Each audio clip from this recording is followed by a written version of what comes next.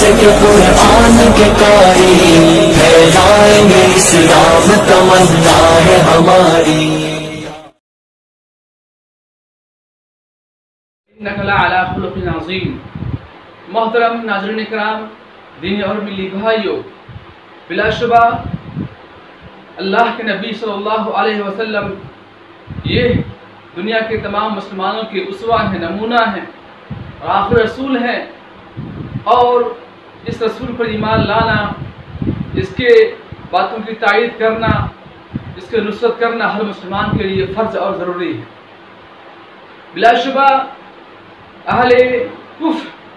اور مستشرقین معاندین اسلام ہمیشہ یہ کوشش کرتے آ رہے ہیں کہ اللہ کے نبی صلی اللہ علیہ وسلم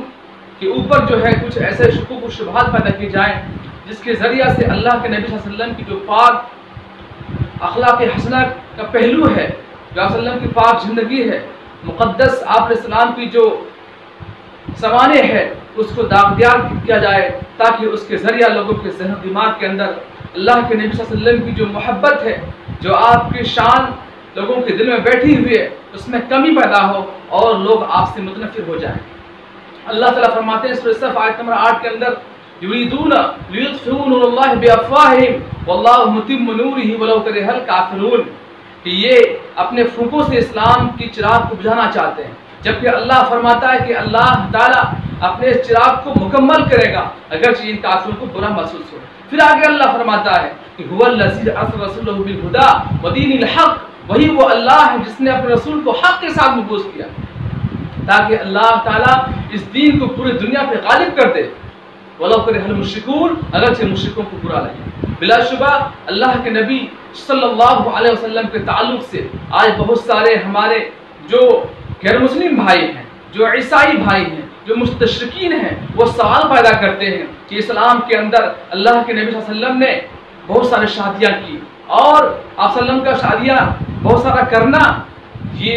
درساتا ہے کہ آپ علیہ السلام جو ہے شہوت پرست انسان تھے. آپ علیہ السلام جو ہے عورتوں کے ساتھ جو ہے لطف اندوز ہونے کو پسند فرمایا کرتے تھے. نعوذ باللہ من ذالک. یہ الزامات سراسر غلط اور بہتان اور تہمت ہے. آپ غور کریں، اللہ کے نبی صلی اللہ علیہ وسلم جو ہے یہ پوری دنیا والوں کے لیے اسوہ اور نمونہ ہے، رول ماڈل ہیں، اور یہ وہ سورج ہیں، وہ آفتاب ہیں، وہ مہتاب ہیں جس کی روشنی سے پوری دنیا کی صرف ظاہری نہیں بلکہ لوگوں کے دل منور ہیں. آپ بتائیں وہ شخص جو ہے ایسا کیسے ہو سکتا ہے؟ آپ اسلام کے بارے میں تو کہا گیا یہ وہ نبی ہیں جو سے پہلی چیز جو آپ کو جاننی ہے وہ یہ کہ اللہ کے نبی صلی اللہ علیہ وسلم کو اللہ نے سراج منیرہ کہا ہے. وہ چمکتا ہوا کیا ہے؟ وہ روشن چمکتا ہوا جو ہے اللہ کی طرف بلانے والے ایک دائی ہیں. لہٰذا اس کے اوپر آپ یوں سوچیں کہ کوئی اگر چاند کے اوپر یا سورج کے اوپر تھوکتا ہے تو اس کا تھوک جو ہے سورج کو تو نہیں پہنچے گی، لیکن اس کا تھوک اس کے منہ پہ ضرور آ کے گر جائے گی. اور اس بات کا ثبوت یہ ہے کہ ایک کرسچن رائٹر جس کا نام مائیکل ہارٹ ہے، اس نے اپنی کتاب دا 100 میں لکھا ہے کہ پروفیٹ محمد صلی اللہ علیہ وسلم دنیا کے وہ واحد شخص ہیں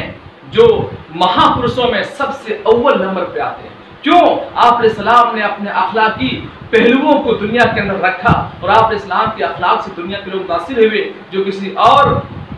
شخص نے اس نے کم 23 سال کی مدت میں نہیں کیا دنیا کے اندر. لہٰذا یہ چاہتے ہیں معاندین اسلام کہ آپ اسلام کی جو زندگی کی چھوی ہے اس کو خراب کر دیں اور لوگوں کو آپ سے متنفر کر دیں. میرے محترم دوست اور بھائیوں، اگر اللہ کے نبی صلی اللہ علیہ وسلم ایسا ہوتے تو آپ بتائیں اللہ کے نبی صلی اللہ علیہ وسلم ابھی 25 ایئرس کے تھے، 25 سال کے تھے کہ آپ علیہ السلام نے سیدہ خدیجہ رضی اللہ عنہا سلام اللہ علیہا سے آپ نے نکاح کیا. اس وقت آپ کی عمر 40 سال تھی اور اللہ کے نبی صلی اللہ علیہ وسلم کی عمر 25 سال تھی. یہی نہیں، آپ صلی اللہ علیہ وسلم جب تک اس عورت کے نکاح میں رہے، سیدہ خدیجہ رضی اللہ عنہا کے نکاح میں رہے، آپ اسلام نے کبھی بھی شادی نہیں کی. 25 سال تک آپ رہے، ساری جو ہے اولاد آپ اسلام کی اسی سے ہے، لیکن آپ نے شادی نہیں کی. اگر شہوت کا حبش ہوتا، اگر ایسی ذہن ہوتی آپ اسلام کی تو آپ جو ہے چونکہ جوانی کا مین جو وقت ہوتا ہے وہ کب ہوتا ہے؟ لیکن انسان کا 50 سال تک ہوتا ہے. آپ اسلام کی عمر 50 سال گزر گئی. جب سیدہ خدیجہ رضی اللہ عنہا وفات پا گئی تو آپ علیہ السلام جو ہے پھر بھی اس سے محبت کرتے تھے اور ان کی سہیلیوں کو بھی جو ہے تحفے تحائف بھیجا کرتے تھے۔ معلوم ہوتا ہے کہ آپ علیہ السلام کی یہ نیت ہرگز نہیں تھی جو یہ معاہدہ اسلام ثابت کرنا چاہتے ہیں، اور اللہ کے نبی صلی اللہ علیہ وسلم نے اس کے معاملے میں ایسا کہنا کہ آپ اسلام شہوت پرست انسان تھے، یہ سراسر آپ کے اوپر بہتان اور الزام ہے۔ ایک صحابی صحیح بخاری کی روایت کے اندر ہے، سیدنا جابر بن عبداللہ آپ اسلام کے پاس آتے ہیں،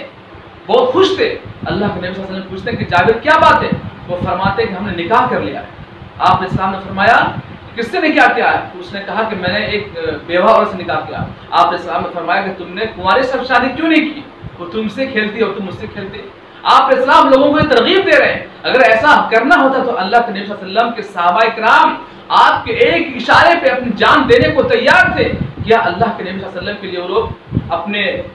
بیٹیوں کو پیش نہیں کر سکتے تھے؟ کر سکتے تھے، لیکن آپ اسلام نے ایسا کبھی صحابہ کرام کو حکم نہیں دیا، بلکہ آپ کو معلوم ہوگا کہ لوگ ابو طالب کے پاس آئے تھے کفار مشرکین یہ کہنے کے لیے کہ آپ اپنے اس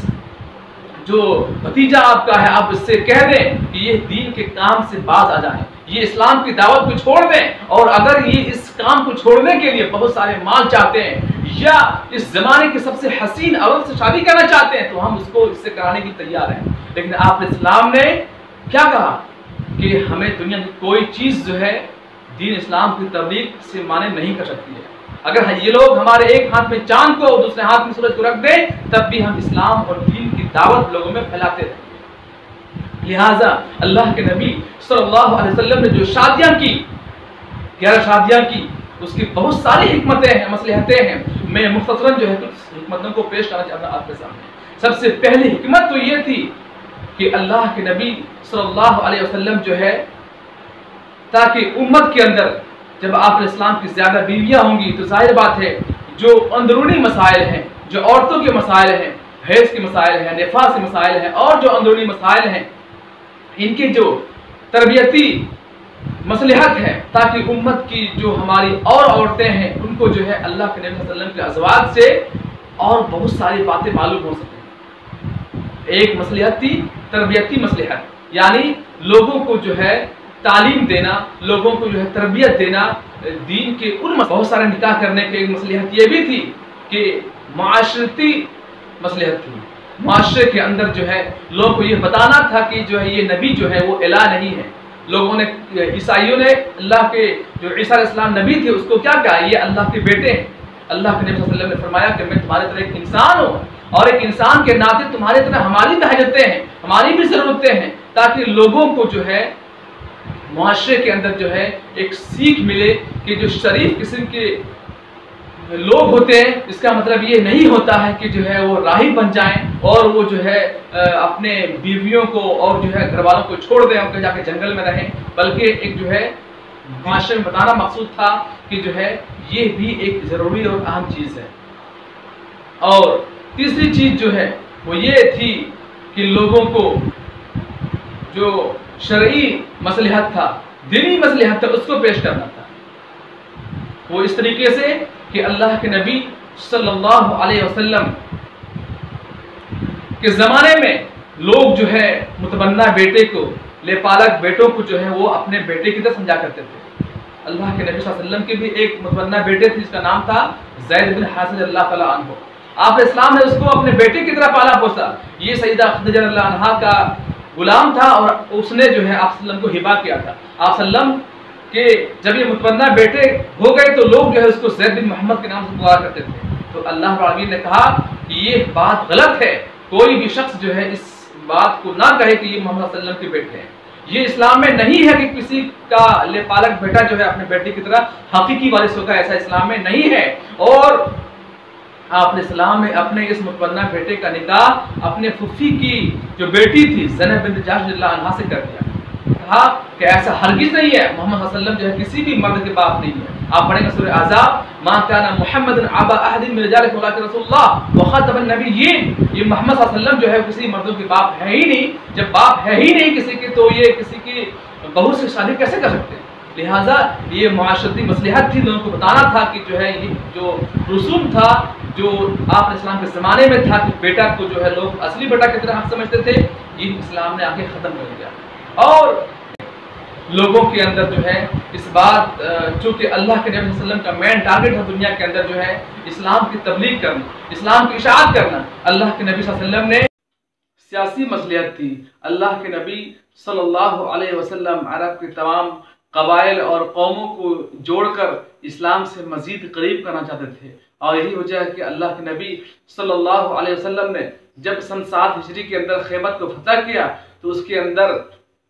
ایک عورت سیدہ صفیہ بنت حوی بن اخطب رضی اللہ تعالی عنہا آئی، جو اس زمانے کے یہودیوں کے سردار کی بیٹی تھی۔ اللہ کے نبی صلی اللہ علیہ وسلم نے اس کے سامنے 2 صورتیں پیش کی، ایک تو یہ کہ فدیہ دے کے وہ آزاد ہو جائیں یا اللہ کے نبی صلی اللہ علیہ وسلم کی ذریت میں وہ رہیں۔ تو اس عورت نے اللہ کے نبی صلی اللہ علیہ وسلم کے ساتھ رہنے کو پسند فرمایا، اور اس نکاح کی برکت سے جب آپ اسلام نے اس صفیہ بنت حوی کے ساتھ نکاح فرما لیا تو جو یہودیوں کا سردار حوی بن اخطب تھا، آپ علیہ السلام کے خلاف اس نے کبھی بھی جو ہے کوئی بھی دشمنی نہیں کی، حتیٰ کہ جو آپ صلی اللہ علیہ وسلم کے خلاف دشمنی کرتے تھے ان کا بھی ساتھ نہیں دیا اس نے۔ تو اس کے علاوہ بھی اللہ کے نبی صلی اللہ علیہ وسلم نے جب بنو مستلق جو کہ اسلام کا ایک کٹر جو ہے خلاف قوم تھی، اس کے سردار کی بیٹی سیدہ جویریہ اللہ تعالیٰ عنہا سے آپ نے نکاح کر لیا، جس کی بنیاد پر چونکہ عرب کا یہ اصول تھا کہ لوگ جو ہے مقامی جو اپنے داماد ہوا کرتے تھے ان کے ساتھ جو ہے وہ لوگ دشمنی کرنا یا بھید بھاؤ کرنا یا ان کے خلاف جو ہے وہ لوگ تلوار اٹھانے کو ناپسند فرمایا کرتے تھے۔ تو لہٰذا جب آپ اسلام نے جویریہ اللہ تعالیٰ عنہا سے نکاح فرما لیا تو پوری قوم جو ابھی اسلام کے کٹر خلاف تھے آپ اسلام کے حامی بن گئے، اور یہی نہیں بلکہ اللہ کے نبی صلی اللہ علیہ وسلم نے سیدہ ام حبیبہ رضی اللہ تعالیٰ عنہا سے نکاح کیا، اور اس وقت صحابہ کرام 22 صحابہ کرام کے اندر حضرت سفیان رضی اللہ تعالیٰ عنہ کے خلاف جو ہے کچھ ناچاکیاں تھی، اور اللہ کے نبی صلی اللہ علیہ وسلم جب ام حبیبہ رضی اللہ عنہا سے نکاح کر لیا جو کہ ابو سفیان کی بیٹی تھی تو صحابہ کرام کے لیے یہ ناچاکیاں ختم ہو گئی، اور اللہ کے نبی صلی اللہ علیہ وسلم کے خلاف جو عرب کے اندر ایک بہت بڑا ان کا مقام تھا، جو قابل احترام لوگوں میں تھے، ابو سفیان جو اسلام کے دشمن تھے، گویا کہ ایک طرح کی جو اسلام دشمنی تھی وہ ختم ہو گئے۔ تو یہ کچھ جو ہے جس کی بنیاد پر اللہ کے نبی صلی اللہ علیہ وسلم نے متعدد شادیاں کی، اور کل ملا کے بعد جو ہے وہ یہ کہ اللہ کے نبی صلی اللہ علیہ وسلم اس تعلق سے عام پبلک سے آپ علیہ السلام کا الگ حکم تھا، لہٰذا ہمیں چاہیے کہ ہم جو ہے ان باتوں کو سمجھنے کے ساتھ ساتھ ہم آپ صلی اللہ علیہ وسلم کی دفاع ہمیشہ کرتے رہیں۔ اللہم صلی وسلم علی نبینا محمد صلی اللہ علیہ وسلم۔